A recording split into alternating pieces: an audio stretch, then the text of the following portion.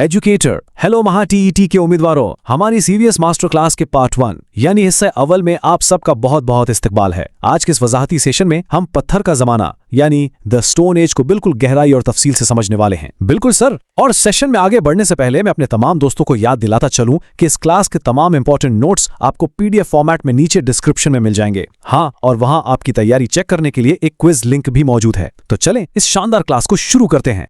आज का हमारा एजेंडा बहुत वाज़ेह है।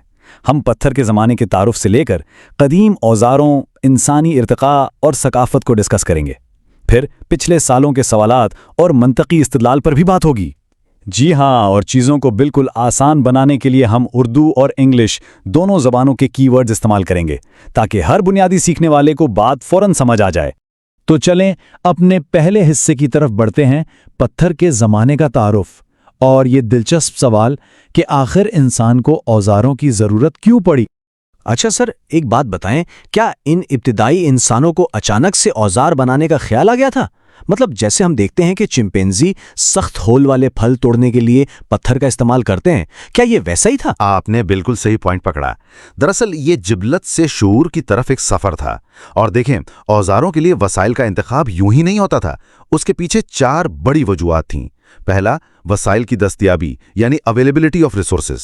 दूसरा, कम से कम वक्त और तवानाई का इस्तेमाल, जिसे हम मिनिमम टाइम एंड एनर्जी कहते हैं।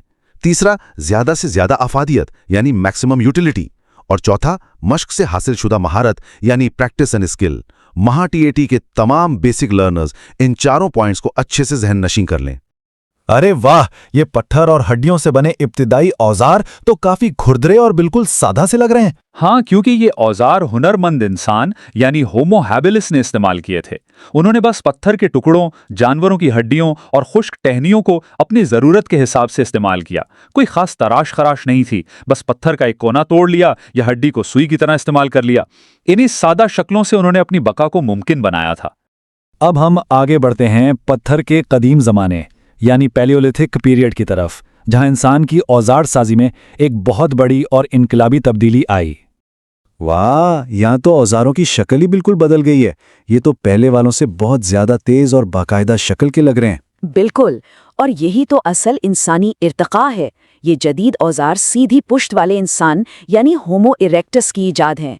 उन्होंने हुनरमंद इंसानों से कहीं बेहतर औजार बनाए, जैसे कि दस्ती कुल्हाड़ी यानी हैंड एक्स और तीशा जिसे हम क्लीवर कहते हैं। आप सोचें, ये लोग पहले अपने जहन में औजार का पूरा खाका बनाते थे और फिर इसे अमली शक्ल देते थे। है ना कमाल की बात?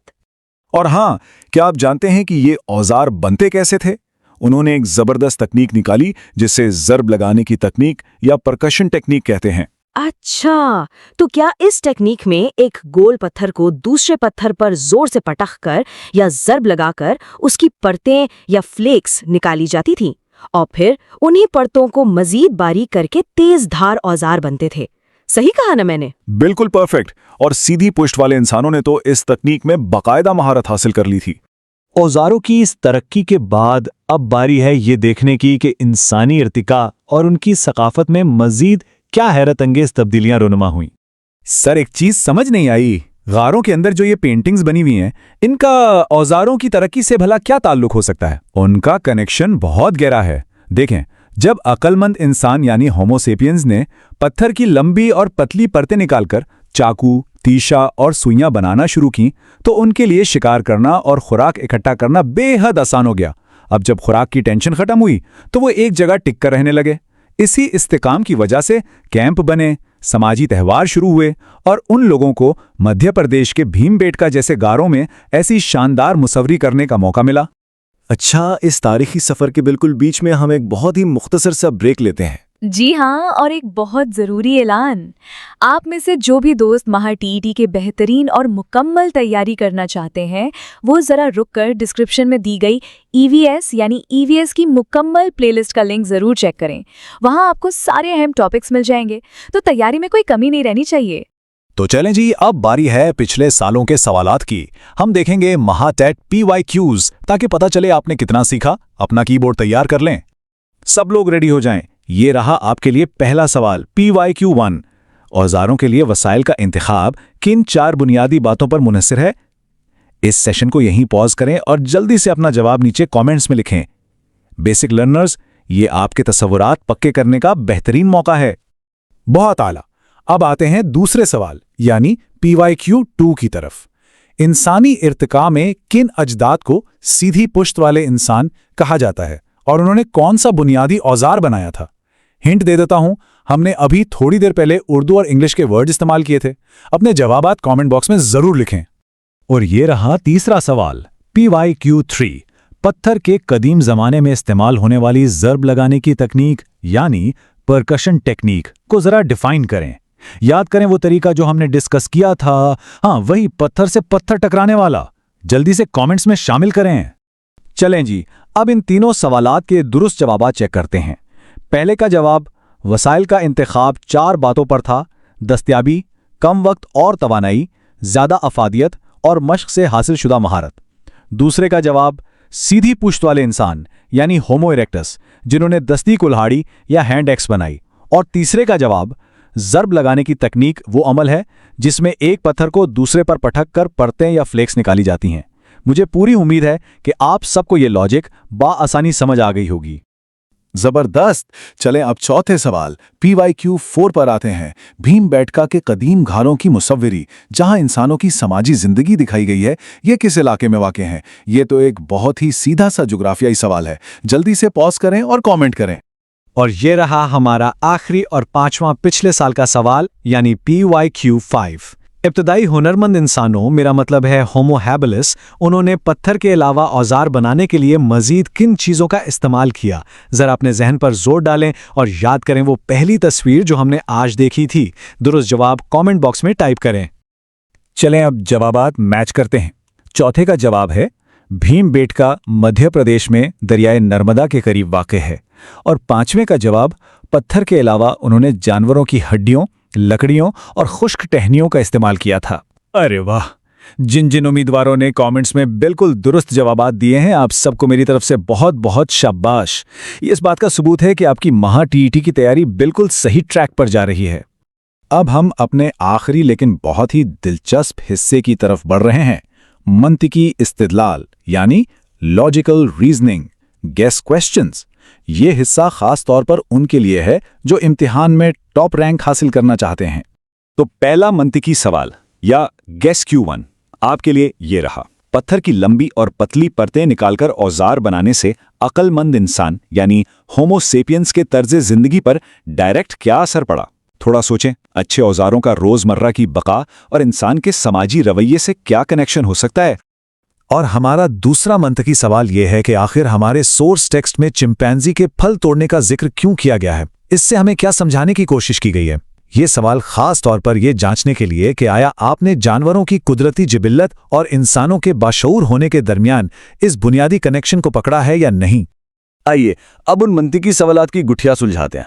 देखें, बेहतर और पतले औजारों का सीधा सा मतलब यह था कि अक्लमंद इंसान अब ज्यादा बेहतर और आसानी से शिकार कर सकता था।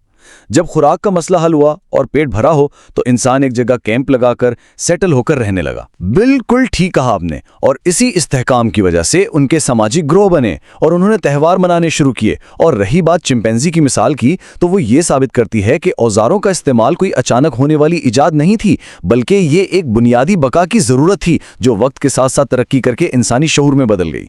चलें आज के इस पार्ट 1 का एक क्विक रिकैप या खुलासा कर लेते हैं। हमने सीखा कि औजार के इंतखाब के 4 बुनियादी अवामिल होते हैं। फिर हमने देखा कि कैसे सीधी पुश्त वाले इंसान यानी होमो इरेक्टस ने ज़र्ब लगाने की तकनीक में महारत हासिल की और दस्ती कुल्हाड़ी बनाई। और आखिर में ये जाना कि अक्लमंद इंसान के जदीद औजारों ने एक पूरे सकाफती इनकलाब को जन्म दिया, जिसका सबसे बड़ा सबूत हमें भीमबेटका के गारों में मिलता है।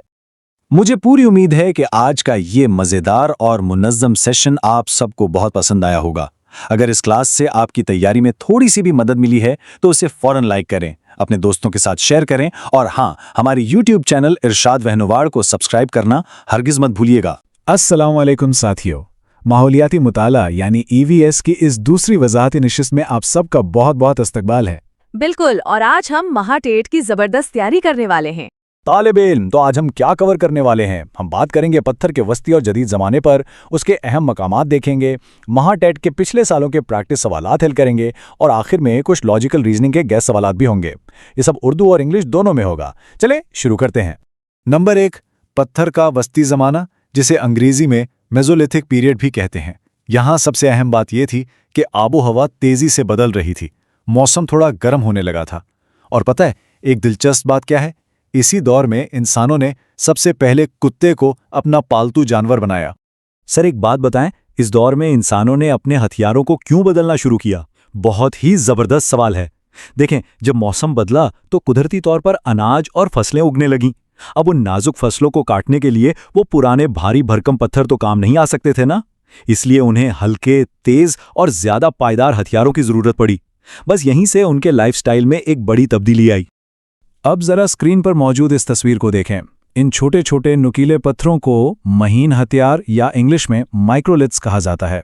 अरे वाह, ये तो बिल्कुल मछली के कांटों या छोटे दांतों की तरह लग रहे हैं। जी बिल्कुल। इंसानों ने क्या किया कि इन तेज धार पत्थरों को लकड़ी या हड्डी के हत्थे में फंसा लिया और उनसे दरांती और चाकू जैसे औजार बनाए। इससे अनाज की कटाई बहुत आसान हो गई। ये एक बेहतरीन मिसाल है कि इंसान ने ज़रूरत के हिसाब से खुद को कितना अपडेट किया। तो हिंदुस्तान में ये आसार कहाँ मिले हैं? महाटेट के उम्मीदवारों के लिए ये जोड़ियां याद रखना बहुत ज़रूरी है। राजस्थान में बागोर, मध्य प्रदेश में भीमवेटका, गुजरात में लांघज और महाराष्ट्र में पाटने। इन नामों को तो पक्का याद कर लीजिए, इम्तिहान के लिए ये बहुत अहम है। चलिए अब आगे बढ़ते हैं पत्थर के जदीद ज़माने की तरफ, यानी नियोलिथिक पीरियड। वैसे आगे बढ़ने से पहले एक छोटी सी याद दहानी। अगर आपने पिछले सेशन मिस कर दिए हैं तो EVS की मुकम्मल प्लेलिस्ट का लिंक डिस्क्रिप्शन में मौजूद है। चैनल की प्लेलिस्ट में जाकर पिछले तमाम टॉपिक्स जरूर कवर कर लें।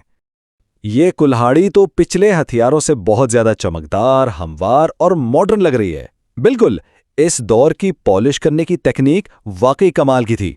लेकिन इस दौर का सबसे बड़ा इनकलाब ये हथियार नहीं थे। असल इनकलाब था इंसान का ज़राअत, यानी खेतीबाड़ी और मवेशी पालने की तरफ शिफ्ट होना। अब इंसानों ने एक ही जगह बाकायदा बस्तियां बनाकर रहना शुरू कर दिया था। तो साथियों, अब बारी है प्रैक्टिस की। आइए महाटेट के इम्तिहानी पैटर्न पर कुछ साबिका पर्चाजात के सवालात हल करते हैं। बिल्कुल, और हमारा तरीक़ेकार वही रहेगा। जैसे ही सवाल सामने आए आपको वहीं रुकना है और फौरन अपना जवाब कमेंट बॉक्स में लिखना है। देखें तो सही आपकी तैयारी कैसी चल रही है। तो ये रहा पहला सवाल। वो जमाना जिसमें खास तौर पर पत्थर के हथियार इस्तेमाल होते थे, इस जमाने को क्या कहते हैं? डैश में क्या आएगा? जल्दी से कमेंट में बताइए। और इसका सही जवाब है पत्थर का जमाना, यानी द स्टोन एज। इस दौर का नाम ही इस मवाद पर रखा गया है जिससे इंसान अपने औजार बनाता था। कितना सिंपल है ना? चलिए दूसरा सवाल देखते हैं। महाराष्ट्र में नासिक के करीब पत्थर के कदीम जमाने का एक बहुत मशहूर मकाम है। उसका नाम क्या है? हिंट ये है कि हमने अभी थोड़ी देर पहले इस पर बात की है। फटाफट जवाब टाइप करें। उस्ताद, इसका बिल्कुल परफेक्ट जवाब है पाटने। जिन लोगों ने कमेंट्स में पाटने लिखा है, जबरदस्त। आपकी तवज्जो वाकई काबिल तारीफ है। इसी तरह फोकस रखें। अब तीसरा सवाल, और ये क्लासिक महाटेट फॉर्मेट है। मंदरजा झैल में से गलत जोड़ी पहचानिए। अलिफ राजस्थान बागौर, बे मध्य प्रदेश भीमबेटका, जीम गुजरात लौंघंज या दाल महाराष्ट्र बीजापुर। उस्ताद, इस तरह के सवालात वाकई आपके हाफिजे का टेस्ट लेते हैं। इसमें गलत जोड़ी है ऑप्शन डाल, यानी महाराष्ट्र माइनस बीजापुर, क्योंकि अभी हमने देखा कि महाराष्ट्र का मशहूर मकाम पाटने है, ना कि बीजापुर। चौथा सवाल जरा हमारी रोजमर्रा जिंदगी से जुड़ा हुआ है। इनमें से किस जदीद मशीन में पत्थर का इस्तेमाल होता है? अलिफ मिक्सर, बे आटे की चक्की या जीम मसाला कूटने की मशीन। अपने घर की रिवायती चीजों को जहन में लाएं। और सही जवाब है ऑप्शन बे, आटे की चक्की। यह सवाल कितनी खूबसूरती से कदीम जमाने के पत्थर पीसने वाले औजारों को आज की इन आटे की चक्कियों से जोड़ता है, जो आज भी हम अपने गांव और शहरों में इस्तेमाल करते हैं। अब हमारा पांचवा और आखिरी रस्मी सवाल। पत्थर के जदीद ज़माने में इंसान की तर्ज ज़िंदगी में वो कौन सा सबसे बड़ा इनकलाब था जिसने सब कुछ बदल दिया? याद करें हमने अभी क्या डिस्कस किया था। और इसका जवाब है मुकम्मल तौर पर ज़राअत और मवेशी पालने का आगाज। खेतीबाड़ी का सीधा सा मतलब ये था कि अब इंसानों को खुराक के लिए खाना बदोशों की तरह भटकना नहीं पड़ता था। वो एक जगह टिककर रहने लगे और इंसानी तहजीब की बुनियाद पड़ गई। अच्छा, तो अब हम एक कदम और आगे चलते हैं। इस सेशन का एक बहुत ही खास हिस्सा लॉजिकल रीजनिंग यानी मंतिकी इस्तदलाल पर मबनी गेस सवालात। हमने ये 3 सवालात खास तौर पर इसलिए रखे हैं ताकि जिनके बेसिक्स क्लियर नहीं हैं उन्हें भी मौजू की गहराई समझ आ सके। तो हमारा पहला मंतकी सवाल, पत्थर के जदीद जमाने में शिकार करना इंसान की सानवी यानी सेकेंडरी सरगर्मी क्यों बन गया? जरा खेतीबाड़ी और खुराक के कनेक्शन के बारे में सोचें और कमेंट्स में बताएं। दूसरा लॉजिक वाला सवाल, जो कुछ हमने पढ़ा है उसकी बुनियाद पर बताएं कि पत्थर के वस्ती ज़माने के इंसानों को छोटे और हल्के हथियारों की ज़रूरत क्यों पड़ी? आखिर वो उनका कर क्या रहे थे? और हमारा आखिरी मंतकी सवाल, इन इब्तिदाई इंसानों ने इन छोटे तेज धार पत्थरों को हड्डी या लकड़ी के हत्थों में लगाना क्यों शुरू किया? बस जरा तसव्वुर करें कि आप एक इंतहाई तेज और छोटे पत्थर को नंगे हाथों से पकड़कर कटाई कर रहे हों, तो क्या होगा? चलें अब इन लॉजिकल सवालों के जवाबात को बहुत ही सादा अल्फाज में डिकोड करते हैं। पहला, शिकार सानवी इसलिए बना क्योंकि अब खेतीबाड़ी से उन्हें एक पक्की और महफूज खुराक मिलने लगी थी। दूसरा, हल्के हथियार इसलिए चाहिए थे क्योंकि नाजुक फसलों को काटने के लिए महारत और बारीकी चाहिए, ना कि बड़े पत्थरों से मारने की। और तीसरा, हत्थे यानी हैंडल्स का इस्तेमाल इसलिए किया ताकि उन्हें गिरफ्त मिले और उनके अपने हाथ उन तेज ब्लेड्स से कटने से बच जाएं। है ना बिल्कुल लॉजिकल बात? इसी के साथ हमारी आज की ये वजाहती नशिस्त अपने इख्तिताम को पहुंचती है। साथ देने और मेहनत करने का बहुत बहुत शुक्रिया साथियों। बिल्कुल, मुझे उम्मीद है कि इन स्लाइड्स और डिस्कशन से आपके कॉन्सेप्ट काफी क्लियर हुए होंगे। अगर ये सेशन हेल्पफुल लगा हो तो इसे लाइक करें, अपने दोस्तों के साथ शेयर करें और महाटेट की जबरदस्त तैयारी के लिए हमारे YouTube चैनल इरशाद वोहनवाड़ को सब्सक्राइब करना बिल्कुल मत भूलिएगा। तैयारी जारी रखें, अपना ख्याल रखें, मिलते हैं अगले सेशन में। अल्लाह हाफिज।